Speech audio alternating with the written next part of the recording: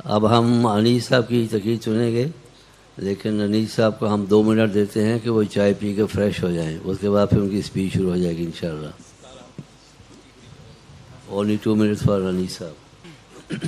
अनीस साहब की तकरीर का मौजू है, ये तमिल में तकरीर करेंगे, ब्लेसिंग ऑफ निज़ाम जमात एंड आवर रिस्पॉन्सिबिलिटीज़। अनीस साहब।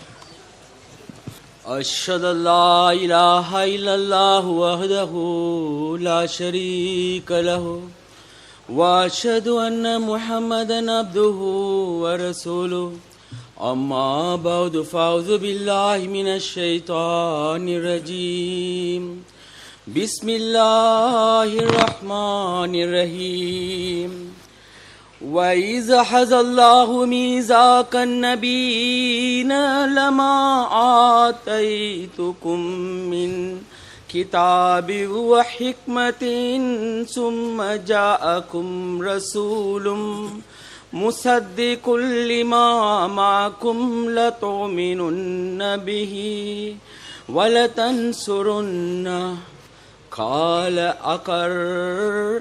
قال أقررتم أحزتم على ذلكم إصري قالوا أقررنا قال فاشهدوا وأنا معكم من الشاهدين.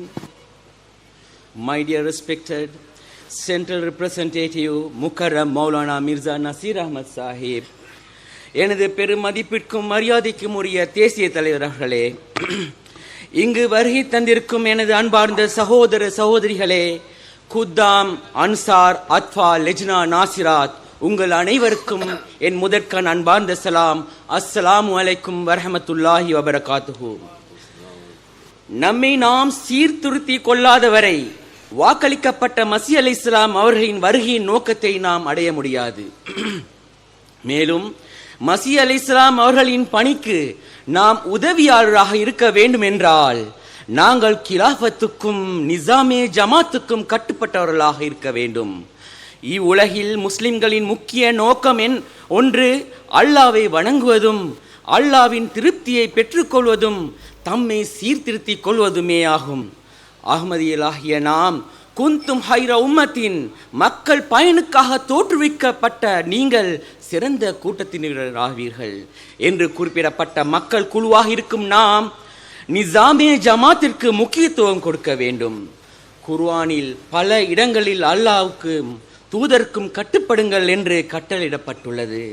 ஆத்தியுல்லாஹ வாத்தியுர் ரசூல. உண்மை என்னவென்றால் அல்லாஹ்வுக்கும் அல்லாஹ்வின் தூதருக்கும் உண்மையிலே கட்டுப்படாமல் கிலாஃபத் ஒருபோதும் சாத்தியமாக போவதில்லை. எனக்கு தரப்பட்ட தலைப்பு The blessings of Nizam-e Jamaat and our responsibilities. நிசாமே ஜமாத்தின் அருள்களும் எங்களின் பொறுப்புகளும் என்பதாகும். நிசாமே ஜமாத்தை பற்றிய ஒரு நல்ல அறிவு மற்றும் புரிதல் நமது சமுதாயத்தில் அமைதி மற்றும் நல்லிணக்கத்திற்கு நமது ஆன்மீக வெற்றிக்கும் முக்கியமானதாகும். நிசாமே ஜமாத் என்றால் என்ன? இந்த நிசாமே ஜமாத் என்பது அஹ்மதியா முஸ்லிம் ஜமாத்தின் ஒட்டுமொத்த அமைப்பாகும். ஒட்டுமொத்த அமைப்பு என்று பொருள்படும். இந்த நிசாமின் முதன்மையான நோக்கம் வாக்களிக்கப்பட்ட மஸீஹ் மவ்ஊத் அலைஹிஸ்ஸலாத்து வஸ்ஸலாம் ஹஜ்ரத் மிர்சா குலாம் அஹ்மத் அலைஹிஸ்ஸலாம் அவர்களை உண்மையாக பின்பற்றுவர்களை, அதாவது அஹ்மதிகளை உலகளாவிய ரீதியில் சகோதரத்துவத்தில் ஒன்றிணைப்பதாகும். நிசாமே ஜமாத்தின் முக்கியமான நோக்கங்கள் என்னவென்றால் உண்மையான இஸ்லாமிய போதனைகளுக்கு தங்களை சீர்திருத்திக் கொள்ளுதல், உண்மையான இஸ்லாத்தின் செய்தியை உலகம் முழுவதும் பரப்புதல், அல்லாஹ்வுக்காகவும் அவனுடைய திருப்திக்காகவும் மனித குலத்திற்கு சேவை செய்தல். இறுதி காலத்தில் அல்லாஹ் தனது கருணையின் வடிவமாக, அடியானின் அடியானாக, ஒளியூட்டும் சந்திரனாக, முஹம்மது முஸ்தபா ஸல்லல்லாஹு அலைஹி வஸல்லம் அவர்களின் பிரதிபிம்பமாக மஸீஹ் மவ்ஊத் அலைஹிஸ்ஸலாத்து வஸ்ஸலாம் அவர்களை அனுப்பினான். அல்லாஹ்வின் கரங்களால் உருவாக்கப்பட்ட இந்த ஜமாத் மார்ச் 23 1889 அன்று வாக்களிக்கப்பட்ட மஸீஹ் அலைஹிஸ்ஸலாம் தனது நெருங்கிய நண்பர்களிடமிருந்து பையத் எடுத்த போது தொடங்கப்பட்டது. அத்துடன் இந்த நிசாமே ஜமாத்தும் உருவாக்கப்பட்டது. அப்போதிருந்தே இந்த ஜமாத் தொடர்ந்து வளர்ந்து வருகின்றது. 1889 அன்று மார்ச் 23 அன்று மசீமௌத் அலைஹிஸ்ஸலாம் அவர்கள் 40 பையத் எடுத்த பிறகு அந்த தஜ்னீத் பதிவு பட்டதே அதுதான் நிசாமே ஜமாத்தின் ஆரம்பமாக இருக்கின்றது. இன்று இந்த நிசாம் 214 நாடுகளில் நிறுவப்பட்டு முன்னேற்றம் அடைந்துள்ளது. வாக்களிக்கப்பட்ட மசீஹ் அலைஹிஸ்ஸலாம் அவர்களின் மறைவுக்கு பிறகு அன்னாரது தெய்வீக வழிகாட்டலை 5 குலஃபாக்கள் ஒன்றன் பின் ஒன்றாக இந்த நிசாமே ஜமாத்தை வழிநடத்தி வருகின்றனர். அதற்கு தலைமைத்துவம் வகிக்கின்றனர். இன்றும் நிசாமே ஜமாத் கிலாஃபத் மூலமாக வழிநடத்தி வருகின்றது. இந்த நிசாமே ஜமாத் கிலாஃபத்தே அஹ்மதியாவின் ஒரு இனிய கனியாகும், ஒரு இனிய பழமாகும். நிசாமே ஜமாத்தை பற்றி விவரித்தால் அது பின்வரும் விடயங்களை உள்ளடக்கியுள்ளது. ஜமாத்தின் குறிக்கோள்களும் அதன் நோக்கங்களும், ஜமாத்தின் மரபுகளும் மற்றும் ஜமாத்தின் கலாச்சாரமும், தார்மீக மற்றும் ஆன்மீக வழிகாட்டுதல், வழிபாடு, வாழ்க்கை முறை, சமூக தொடர்பு, இஸ்லாம் மஹமதியத்தின் சடங்கு சம்பிரதாயங்கள், தர்பியத் திட்டங்கள் மற்றும் பிரச்சாரங்கள், தப்லீக், நிதி தியாகங்கள், சமூக சேவைகள், அத்துடன் ஜியாஃபத், லங்கர் கான், அத்துடன் ஜமாத் அட்மினிஸ்ட்ரேஷன், நிர்வாக செயல்முறைகள் மற்றும் நடைமுறைகள், ஆலோசனை, மஜ்லிஸே ஷூரா, சீர்திருத்தும் பணிகள், நிகழ்ச்சிகள் ஆகிய ஜல்சா, சாலானா, இஜ்திமா போன்றவற்றையாகும். இதன் உறுப்பினர்கள் நீங்களும் நானுமாக இருக்கின்றோம். எனவே நாங்கள் ஜமாத்தின் உறுப்பினர்களாகவும் அஹ்மதியா ஜமாத்தின் ஒரு பகுதியாகவும் இருக்க முடிவு செய்தவுடன் வாக்களிக்கப்பட்ட மசீஹ் அலைஹிஸ்ஸலாம் அவர்களின் கலிஃபாவுக்கு, நிசாமே ஜமாத்திற்கு கீழ்ப்படிய தயாராக இருக்க வேண்டும். ஜமாத் அஹ்மதியாவின் நோக்கங்களில் நிசாமே ஜமாத் ஒரு மையமாக உள்ளது. ஜமாத்தின் தலைமைத்துவம் மற்றும் கட்டமைப்புகள், ஜமாத்தின் விதிமுறைகள், நடத்தை விதிகளை கடைபிடிக்கவும், ஜமாத்தின் முடிவுகளை ஏற்கவும், பல்வேறு பிரச்சனைகள், சிக்கல்கள் மற்றும் ஒரு விஷயத்தில் நாம் திருப்தி அடையவில்லை என்றாலும் ஜமாத் வழங்கும் பரிகார முறையை பயன்படுத்த நாங்கள் ஊக்குவிக்கப்படுகின்றோம். தலைமைத்துவம், லீடர்ஷிப், ஜமாத்தை நான் பின்பற்றுவேன், இந்த விஷயத்தில் ஜமாத் அப்படி சொல்ல முடியாது, ஆனால் இந்த விஷயத்தில் இந்த ஜமாத்தின் முடிவை நான் மதிக்க மாட்டேன், இது ஒரு நல்ல அஹ்மதிக்கு அழகல்ல. நீங்கள் ஒரு இராணுவ வீரராக இருந்தால், ஒரு ஆர்மி கமாண்டராக இருந்தால், எனக்கு சீருடை பிடிக்கும், இராணுவத்தின் யூனிஃபார்ம் பிடிக்கும், ஆனால் இராணுவத்தின் பெல்ட் அணிய மாட்டேன், அது எனக்கு பிடிக்காது என்று கூறினால் நீங்கள் இராணுவத்தின் ஒரு பகுதியாக இருக்க முடியுமா? ஒரு ஆர்மியாக, ஒரு கமாண்டராக இருக்க முடியுமா? நிச்சயமாக இராணுவத்தின் ஒரு பகுதியாக இருக்க முடியாது. அதே போல் நான் ஜமாத்தின் உறுப்பினர் என்று கூறிக்கொண்டு ஜமாத்தால் விதிக்கப்பட்ட சந்தாவை கொடுக்க மாட்டேன், சந்தா மீதான ஜமாத்தின் உத்தரவுகளை நான் மதிக்க மாட்டேன் என்று உங்களால் கூற முடியுமா? ஜமாத்தின் உறுப்பினர் என்று கூறிக்கொண்டு ஜமாத்தின் வழிமுறைகளை பின்பற்ற மாட்டேன் என்று கூற முடியுமா? அதே போல் நான் அஹ்மதி என்று கூறிவிட்டு ஜமாத்தின் திருமண சட்ட திட்டங்களை மதிக்க மாட்டேன் என்று கூற முடியுமா? நான் ஜமாத் அங்கத்தவர் என்று கூறிக்கொண்டு ஜமாத்தின் வழிமுறைகளையும் முடிவுகளையும் பின்பற்ற மாட்டேன் என்று கூற முடியுமா? இப்படியாக இருந்தால் நாம் ஜமாத்தின் உறுப்பினர்கள் என்று எப்படித்தான் கூற முடியும்? நாங்கள் நல்லொரு அஹ்மதியாக இருந்தால் வாக்களிக்கப்பட்ட மசீஹ் அலைஹிஸ்ஸலாத்து வஸ்ஸலாம் அவர்களை பின்பற்றுவோமேயானால் பல்வேறு ஜமாத்தின் முடிவுகளை மதிக்க வேண்டும், அந்த நிசாமிற்கு கண்ணியம் அளிக்க வேண்டும். ஆனால் மக்களிடம் ஒரு சந்தேகம் இருக்கின்றது, இந்த நிசாம் சரியானதா? ஏனென்றால் அதை நிர்வகிப்பவர்கள், அட்மினிஸ்ட்ரேட் பண்ணுபவர்கள் சாதாரண மனிதர்கள் தான். இந்த அமைப்பிற்கு மற்ற நிறுவனங்களுக்கும் இடையில் என்ன வித்தியாசம் தான் இருக்கின்றது? இது முழுக்க முழுக்க இந்த நிசாமே ஜமாத் இது முழுக்க முழுக்க கிலாஃபத்துடன் தொடர்புள்ளது. அல்லாஹ்வால் தேர்ந்தெடுக்கப்பட்ட கலிஃபாவுடன் தொடர்பிருக்கின்றது. இந்த ஜமாத் அல்லாஹ்வினால் பாதுகாக்கப்படுகின்றது. இதனால் தான் நிசாமே ஜமாத் ஒரு தெய்வீக அமைப்பாகும். நிசாமே ஜமாத் கிலாஃபத் மூலமாக ஒற்றுமையையும் அல்லாஹ்வின் நெருக்கத்தையும் அடைய முடிகின்றது. ஹஜ்ரத் மிர்சா தாஹிர் அஹ்மத் ரஹ்முல்லா அவர்கள் நிசாமே ஜமாத்தின் முக்கியத்துவத்தை பற்றி பின்வருமாறு விளக்கம் அளிக்கிறார்கள். இஸ்லாம் தெளிவாக வலியுறுத்துகின்றது, ஒற்றுமை, நல்லிணக்கம் இஸ்லாமிய போதனையின் ஒரு பகுதியாகும். ஒற்றுமை மற்றும் நல்லிணக்கம் இல்லாமல் இஸ்லாத்தின் போதனைகளை சரியாக செயல்படுத்த முடியாது. அதாவது 5 நேர தொழுகையில் ஒவ்வொரு தொழுகைக்காக நீங்கள் பள்ளிக்கு செல்லும் பொழுது அங்கே ஒரு இமாம் இருக்க வேண்டும். ஒரு இமாமின் பின்னால் நிற்பது மக்களிடையே ஒற்றுமையை வெளிப்படுத்துவதாகும். ஒரு சிறிய பள்ளிவாசலிலே கட்டாயம் ஒரு இமாம் இருக்க வேண்டும் என்றால் முழு இஸ்லாமிய உலகத்திற்கும் முழு இஸ்லாமிய உம்மத்திற்கும் ஒரு இமாம் எவ்வளவு முக்கியமாக இருக்க வேண்டியது ஒன்றாகும். ஒரு இமாம் இல்லாமல் எப்படி முஸ்லிம் உம்மா உயிரோட்டம் உள்ளதாக இருக்க முடியும்? ஹஜ்ரத் வாக்களிக்கப்பட்ட மஸீஹ் அலைஹிஸ்ஸலாம் அவர்களே இந்த உம்மத்தை உயிர்ப்பிக்கவும் ஆன்மீக ரீதியில் உயிரூட்டுவதற்குமாகவே வந்துள்ளார்கள். அவர்களின் இரண்டாவது வல்லமையாக குதிரத்தே சானியாவாக கிலாஃபத் காணப்படுகின்றது. நான் ஆரம்பத்தில் மேலே ஓதிய சூரா ஆல இம்ரான் வசனம் 82 பின்வருமாறு அல்லாஹ் கூறுகின்றான்: உண்மைப்படுத்தக்கூடிய ஒரு தூதர் உங்களிடம் வந்தால் அவரிடம் நீங்கள் நம்பிக்கை கொண்டே ஆக வேண்டும், இன்னும் அவருக்கு உதவியும் செய்ய வேண்டும். அல்லாஹ் நம்பிக்கையாளரிடமிருந்து கலிஃபாக்களை தேர்ந்தெடுப்பதாக வாக்குறுதி அளித்திருக்கின்றான் திருக்குர்ஆனில். அதன் மூலம் அவன் அவர்களுக்காக தேர்ந்தெடுத்த மார்க்கத்தை நிலைநாட்டுவதற்காகவும் கூறியுள்ளான். எனவே ஒரு நபியின் மறைவுக்கு பிறகு நபியின் பணியை முன்னெடுத்து செல்வதற்காக கலிஃபாக்களை அல்லாஹ் தேர்ந்தெடுத்துள்ளான். அந்த கலிஃபா மூலமாக நிசாமே ஜமாத் தேர்ந்தெடுக்கப்படுகின்றது. மனித குலத்தின் உன்னதமானவரும் நபிமார்களின் முத்திரைமான காத்தமுன் நபியின் தலைவருமான முஹம்மது முஸ்தபா ஸல்லல்லாஹு அலைஹி வஸல்லம் அவர்கள் முன்னறிவித்தபடி இறுதி காலத்தில் கிலாஃபத் ஆட்சி ஏற்படும் என்ற முன்னறிவிப்புக்கிணங்க வாக்களிக்கப்பட்ட மஸீஹ் அலைஹிஸ்ஸலாம் அவர்களின் வருகையின் மூலம் மீண்டும் கிலாஃபத் அமைப்பு இப்பூமியில் நிறுவப்பட்டது. காதியானில் அவதரித்த ஹஜ்ரத் மிர்சா குலாம் அஹமது அலைஹிஸ்ஸலாம் அவர்கள் அவர் இறப்பதற்கு சில ஆண்டுகளுக்கு முன்பு அவர் உயில் அல் வசியத் என்ற புத்தகத்தை எழுதினார்கள். அதில் அவரது மறைவு நெருங்கிவிட்டது என்றும் அல்லாஹ் அவருக்கு தெரிவித்ததாக புத்தகத்தில் குறிப்பிட்டிருந்தார்கள். அவருக்கு பின் தொடர்ந்து வரும் கிலாஃபத் பற்றிய நற்செய்தியையும் அறிவித்தார்கள். அத்துடன் 1906 ஜனவரி அஞ்சுமனை அமைத்தார்கள், அஞ்சுமனை நிறுவினார்கள். அதன் சதராக மௌலானா ஹக்கீம் நூர்தீன் ரலியல்லாஹு அன்ஹு அவர்களை நியமித்தார்கள். அதில் அல்லாவின் 2 வகையான சக்திகளை பற்றி வசியத்தில் கூறியிருக்கின்றார்கள். அல்லாஹ் தனது வல்லமையை நபியின் மூலமாக வெளிப்படுத்துவான். இரண்டாவதாக நபியின் வஃபாத்திற்கு பிறகு தோன்றும் சிரமங்களும் சிக்கல்களும் எழும்பொழுது ஜமாத்தின் உறுப்பினர்களும் கூட தடுமாற்றம் அடைகின்றனர். பின்னர் அல்லாஹ் தனது 2வது வல்லமையை காட்டுகின்றான். இறுதி வரை உறுதியுடன் இருப்பவர்களுக்கு அல்லாஹ் இந்த அற்புதத்தை காட்டுகின்றான். நாங்கள் அல்லாஹ்விடம் வாக்குறுதி அளித்திருக்கின்றோம், ஒவ்வொரு நபியும் ரசூலும் தோன்றும் போது நாம் முழுமையாக அவருக்கு கீழ்ப்படிவதாக உறுதிமொழியை எடுத்துள்ளோம்.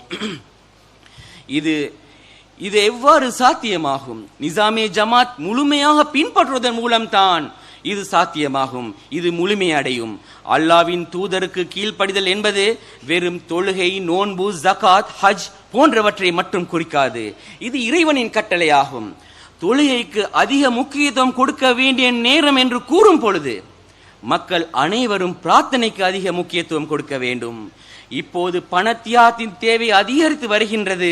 எனவே பங்களிப்புகளை வழங்க தயாராகிருங்கள் என்று அழைப்பு விடும் போது மக்கள் அதிக நிதி பங்களிப்பில் கவனம் செலுத்த வேண்டும், தொடங்க வேண்டும், பணம் கொடுக்க வேண்டும். இதுவே கிலாஃபத்துடன் ஏற்படுத்தப்படும் தொடர்பாகும்.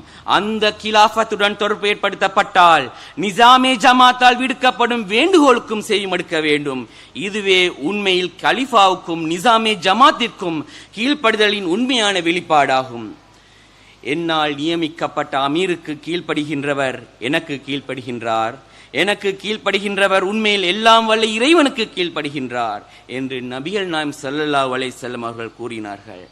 நான் நியமித்த அமீருக்கு கீழ்ப்படியாமல் இருப்பவர் உண்மையில் எனக்கு கீழ்ப்படியாதவர். எனக்கு கீழ்ப்படியாமை என்பது எல்லாம் வல்ல இறைவனுக்கு கீழ்ப்படியாததற்கு சமமாகும்.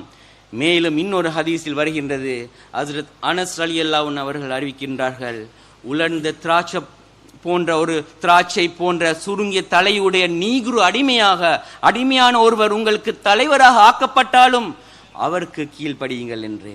காலத்தின் கலிஃபாயின் வார்த்தைக்கு ஜமாத்திற்கு கீழ்ப்படுதலின் தரத்தை காட்டும் ஓரிரு சம்பவத்தை உங்கள் முன் கூற நாடுகின்றேன்.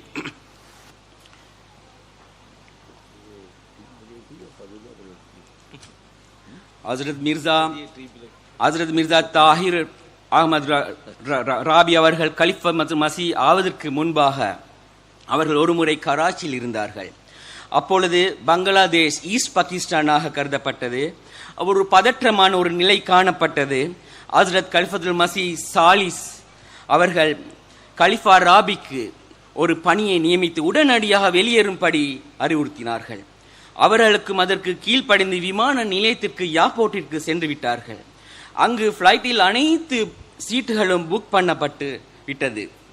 மேலும் அவருடன் சென்ற சிலர் அவர்களிடம், உங்களால் இந்த ஃப்ளைட்டில் செல்ல முடியாது, அனைத்தும் புக் பண்ணப்பட்டுள்ளது என்று தெரிவித்தார்கள். ஆனால் கலிஃபா ராபி ரஹமுல்லா அவர்கள், கட்டாயம் நான் அங்க போக வேண்டும், ஏனென்றால் இது கலிஃபாவின் கட்டளையும் நிசாமிய ஜமாத்தின் வேண்டுகோளுமாகும் என்று உறுதியுடன் இருந்தார்கள். கீழ்ப்படிதலுக்கான அவரது அசைக்க முடியாத அர்ப்பணிப்பை அது வெளிக்காட்டுகின்றது.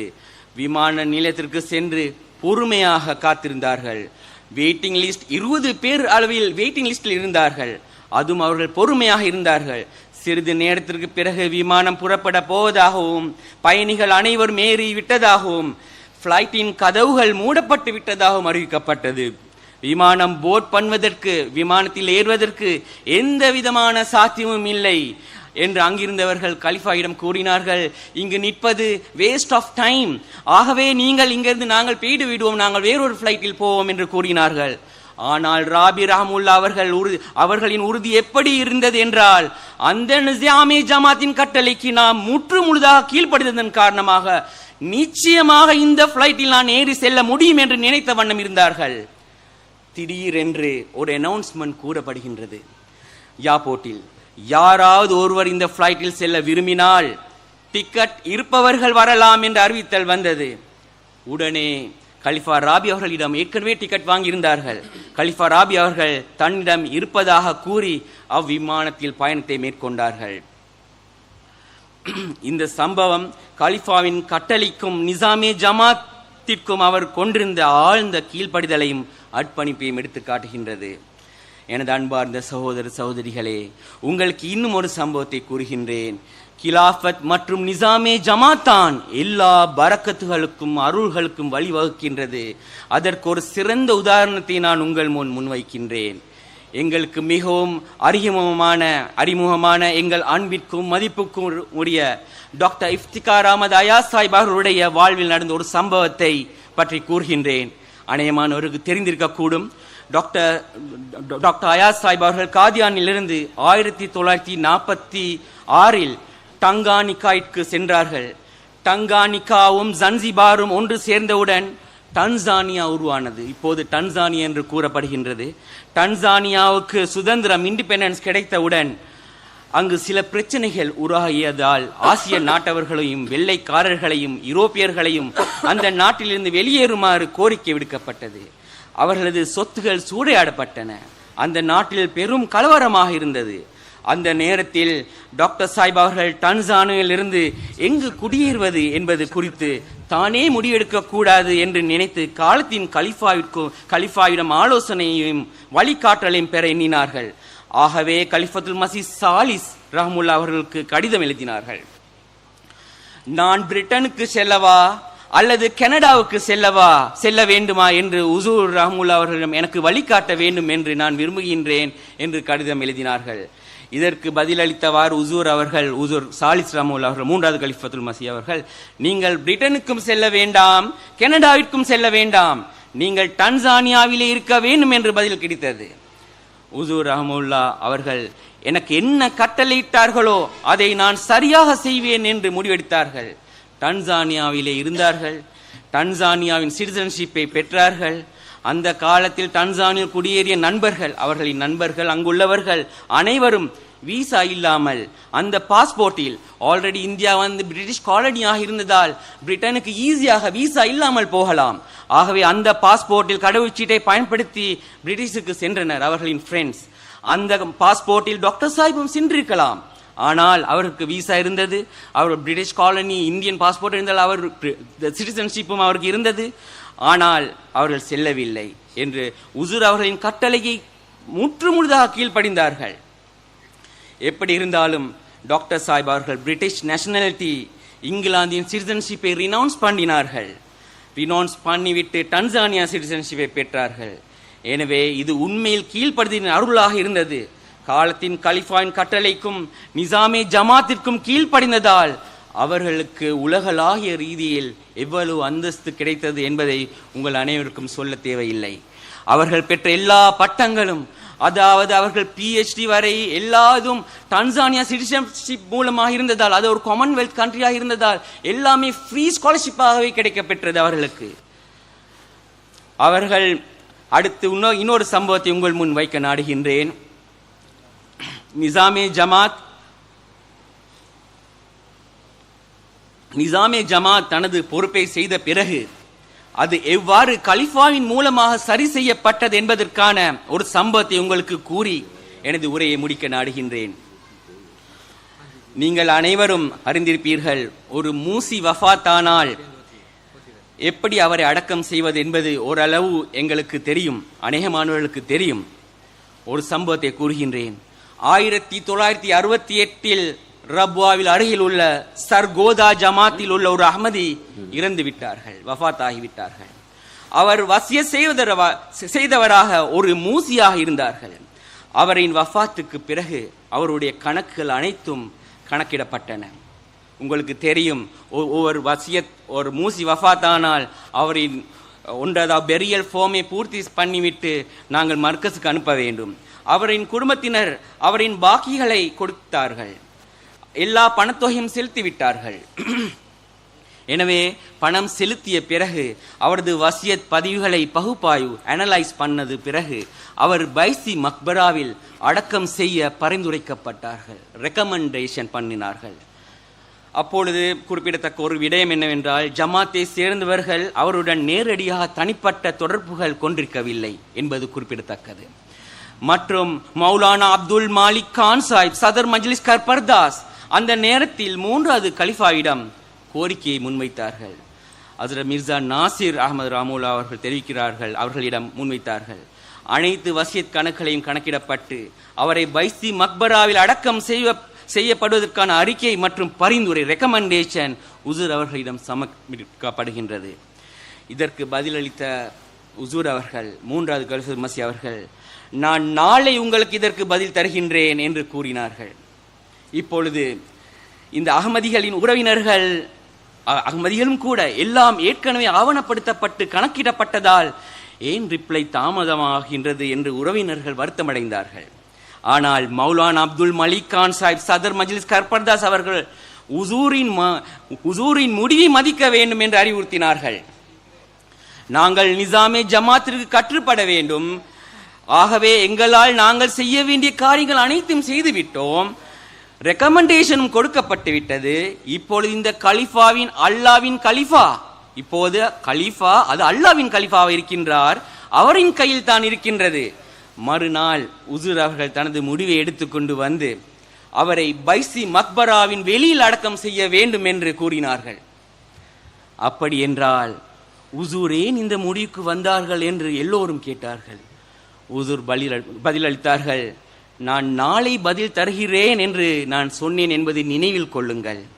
நான் அல்லாவிடம் துஆ செய்தேன். உசூர் அவர்கள் கூறுகிறார்கள், 3வது கலிஃபா மஸீஹ் அவர்கள், அதிகாலை 3 மணி அளவில் என் கனவில் அவரது தனிப்பட்ட விவகாரங்கள், இஸ் பர்சனல் அஃபேர்ஸ், அவர் மக்களுடன் எவ்வாறு நடந்து கொள்கின்றார் என்பதை அல்லாஹ் எனக்கு காட்டினான். இத்திட்டம் அதே மாதிரி இத்திட்டம் உண்மையானதா, நிசாமே ஜமாத் உண்மையானதா, இது அல்லாவின் கலிஃபாவா, அது உண்மையானவரா என்பதை கண்காணிப்பதற்கு அந்த ஊரை சார்ந்த சர்கோதா ஜமாத், அந்த வஃபாத்தான நண்பர்கள், தோழர்கள், ஊரை சேர்ந்த அஹ்மதிகள், அவர்கள் எல்லோரும் ரபுவாவை நோக்கி வந்தார்கள். என்ன நடக்கப் போவது என்று பார்ப்போம் என்று வந்தார்கள். அவர்கள் வந்தவுடன் அப்துல் மாலிக் கான் சாஹிப் அவர்களிடம் கேட்டார்கள், நாங்கள் உசூர் அவர்களை மீட் பண்ண வேண்டும், உசூர் அவர்களை சந்திக்க வேண்டினார்கள். அப்பொழுது அவர்கள் உசூர் அவர்களை சந்தித்து கூறினார்கள், நன்னமதிகள், அவரின் ஃப்ரெண்ட்ஸ்மார், நாங்கள் உங்களுக்கு மிகவும் நன்றியுள்ளவர்களாக இருக்கின்றோம். இந்த அமைப்பு தெய்வீகமானது என்று நாங்கள் நம்புகின்றோம். இந்த மனிதரை நாங்கள் மிக நெருக்கமாக அறிவோம். அவர் தனது நிதியில் தளர்வானவராக இருந்தார். அவரின் கொடுக்கல் வாங்கல் பரிவர்த்தனைகள் நாங்கள் நன்கறிந்திருந்தோம். அவர் ஏமாற்றினார், பல விதத்திலும் ஏமாற்றுக்காரராக இருந்தார். அவர் பைசி மக்பராவில் அடக்கம் செய்யப்பட்டாரா என்பதை பார்க்க நாங்கள் இங்கு வந்திருக்கின்றோம். அவர் அடக்கம் செய்யப்படவில்லை என்பதை பார்த்து இது உண்மையில் ஒரு சொர்க்க இடம் என்பதில் சந்தேகமில்லை என்பதை நாங்கள் இப்போது உறுதி செய்கின்றோம் என்று கூறினார்கள் நன்னமதிகள். தெய்வீக திட்டம் என்பதையும் அவர்கள் நம்பினார்கள்.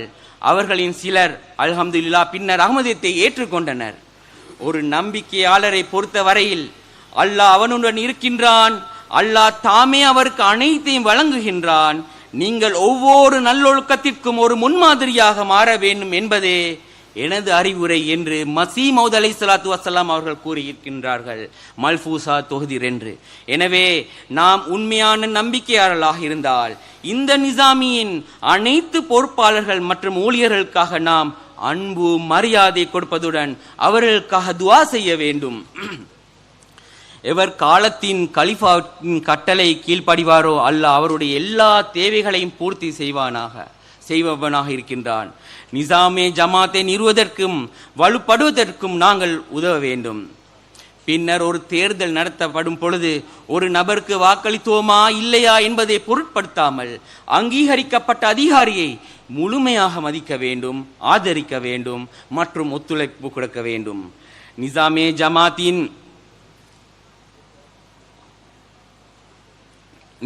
ஜமாத்தின் அதிகாரிகள் என்ற வகையில், ஆபீஸ் உறுப்பினர்கள் என்ற வகையில் நிசாமுடன் இணைந்திருக்கவும் கீழ்ப்படிதலாகவும் இருக்கக்கூடிய சூழ்நிலையை உருவாக்க ஊக்குவிக்க வேண்டிய கடமை ஆபீஸ் பேரஸுக்கு உள்ளது. நாம் அங்கத்தவர்களிடம் இரக்கமுள்ளவர்களாகவும் மன்னிப்பவர்களாகவும் துஆ செய்பவர்களாகவும் இருக்க வேண்டும். ஹஸ்ரத் ஐஷா ரலியல்லாஹு அன்ஹா அவர்கள் நபிகள் நாயகம் ஸல்லல்லாஹு அலைஹி வஸல்லம் துஆ பிரார்த்தனை செய்ததாக இவ்வாறு கூறுகிறார்கள். அல்லாவே, முஹம்மது நபி ஸல்லல்லாஹு அலைஹி வஸல்லம் பிரார்த்தனை செய்ததாக கூறுகின்றார்கள், அல்லாவே என் மக்கள் மீது அதிகாரம் பெற்றவர் அவர் மீது கடினமாக இருக்கும் போது அவரிடம் நீர் கடினமாக இருப்பாயாக. அத்தகையவர் அவர்களுடன் மென்மையாக இருக்கும் பொழுது அவரிடம் மென்மையாக இருப்பாயாக. முஸ்லிமில் பதிவாகப்பட்டிருக்கின்றது. அதே போல் நிசாமே ஜமாத்தின் கடமைகளை நிறைவேற்றுவதில் நாம் நியாயமாகவும் நீதியாகவும் இருக்க வேண்டும்.